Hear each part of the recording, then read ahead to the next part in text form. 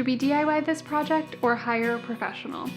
Sometimes I know that it can be hard to determine when it's time to call in a contractor to help with your projects.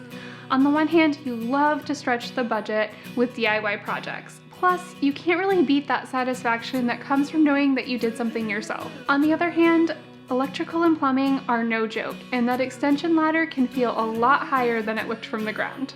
After years of completing projects, my husband Mac and I have gotten pretty clear on when it's time to tackle something ourselves and when it's best to leave it to the professionals.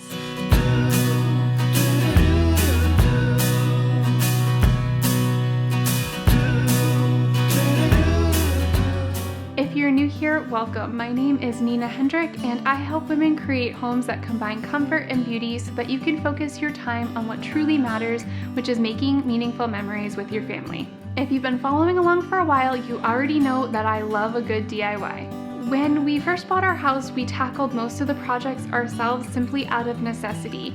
See, we spent all of our money on the house, and we didn't have a lot left over for anything else that we might want to change about it at first. But even after all of these years, when our situation's changed and our budget has increased in some ways, we still love to tackle things ourselves if we're able to.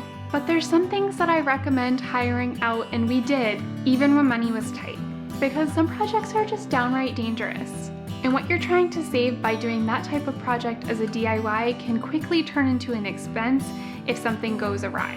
And so what exactly are these projects that I'm talking about, and what do I recommend leaving to the pros? Number one, without a doubt, is electrical. You might feel comfortable enough and have the skills to swap out a light fixture or an outlet, but anything beyond that may be best left to the professionals. I'd say hire a licensed electrician for any type of major electrical work. Not only can an electrical mistake be extremely dangerous, but electrical systems are really complex. So unless you or your partner is a pro yourself, I recommend leaving all electrical to the professionals. Number two is plumbing. And while plumbing may not be life-threatening, it can be seriously expensive and kind of gross if something goes wrong with a plumbing project. Water damage is no joke, my friend. Plus, have you ever taken apart a drain after several decades of use? It's not pretty. And when it comes to renovating, what seems simple rarely is. I recommend saving yourself the headache and finding a trusted and experienced plumber if you or your partner is not one yourself. My third recommendation is to hire out Drywall and Plaster. Now, this is more of an opinion. The pros may make it seem effortless, but my experience, at least in our projects, is that we cannot replicate the results done by a professional. They are truly artisans. And not only that, but you just can't cover up big mistakes with artwork. It definitely shows when an amateur does drywall or plaster. When we moved into our house, all of the ceilings and most of the closets had a strange seashell texture pattern that couldn't be scraped off like traditional popcorn. Rather than try to remove it all, we decided to have it covered up with thin blue board and fresh plaster.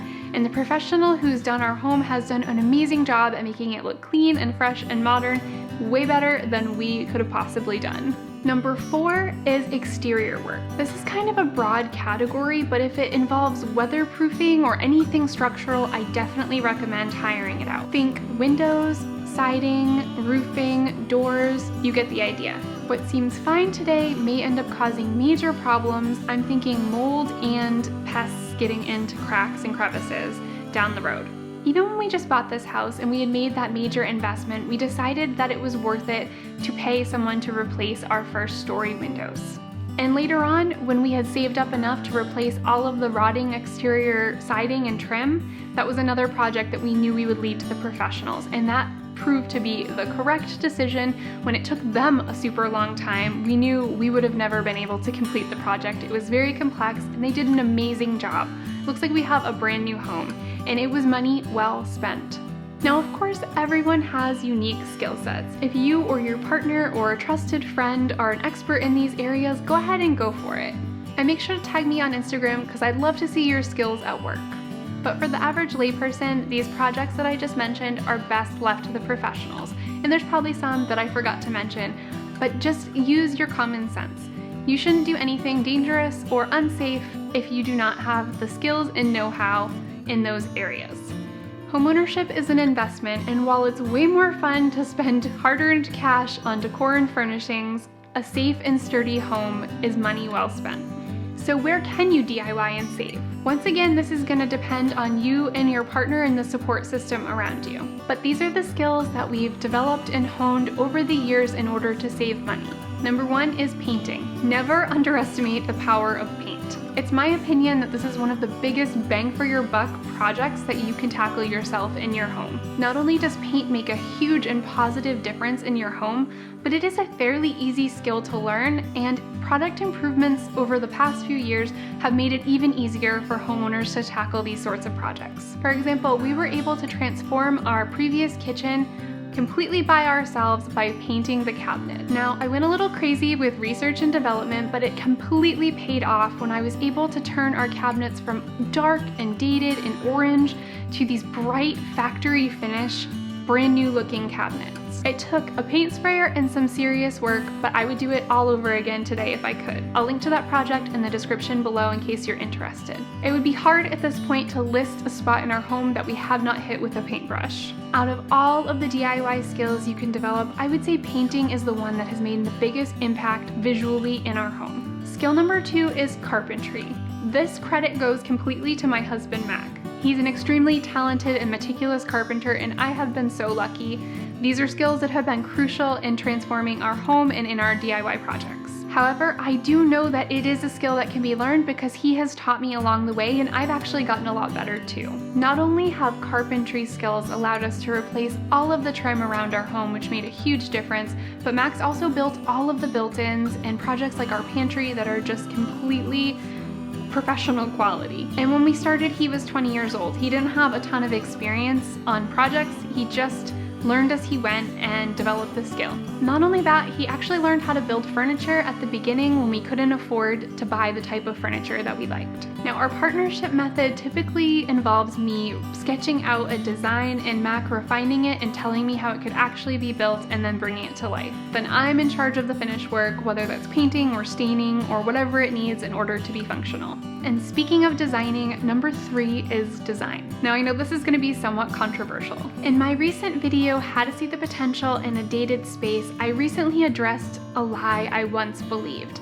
And the lie was that you either have design skills or you don't, that it's something innate that you're born with. But years of working with clients and talking with readers has taught me that most people do have that raw talent, even if they don't recognize it, and that if they have the desire to get better, they can. All they really need is a framework to push them the rest of the way.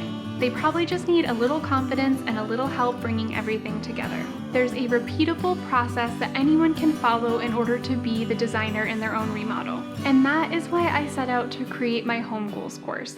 It's filled with tried and true space planning, decorating, renovating, mood board creating, and styling tips in order to take your home from fixer-upper to finished dream home. I've compiled over a decade's worth of research, information, and lessons learned in order to save you precious time and reduce overwhelm for you along the way. Plus, when you join Home Goals, you get exclusive access to a community of homeowners who are just like you.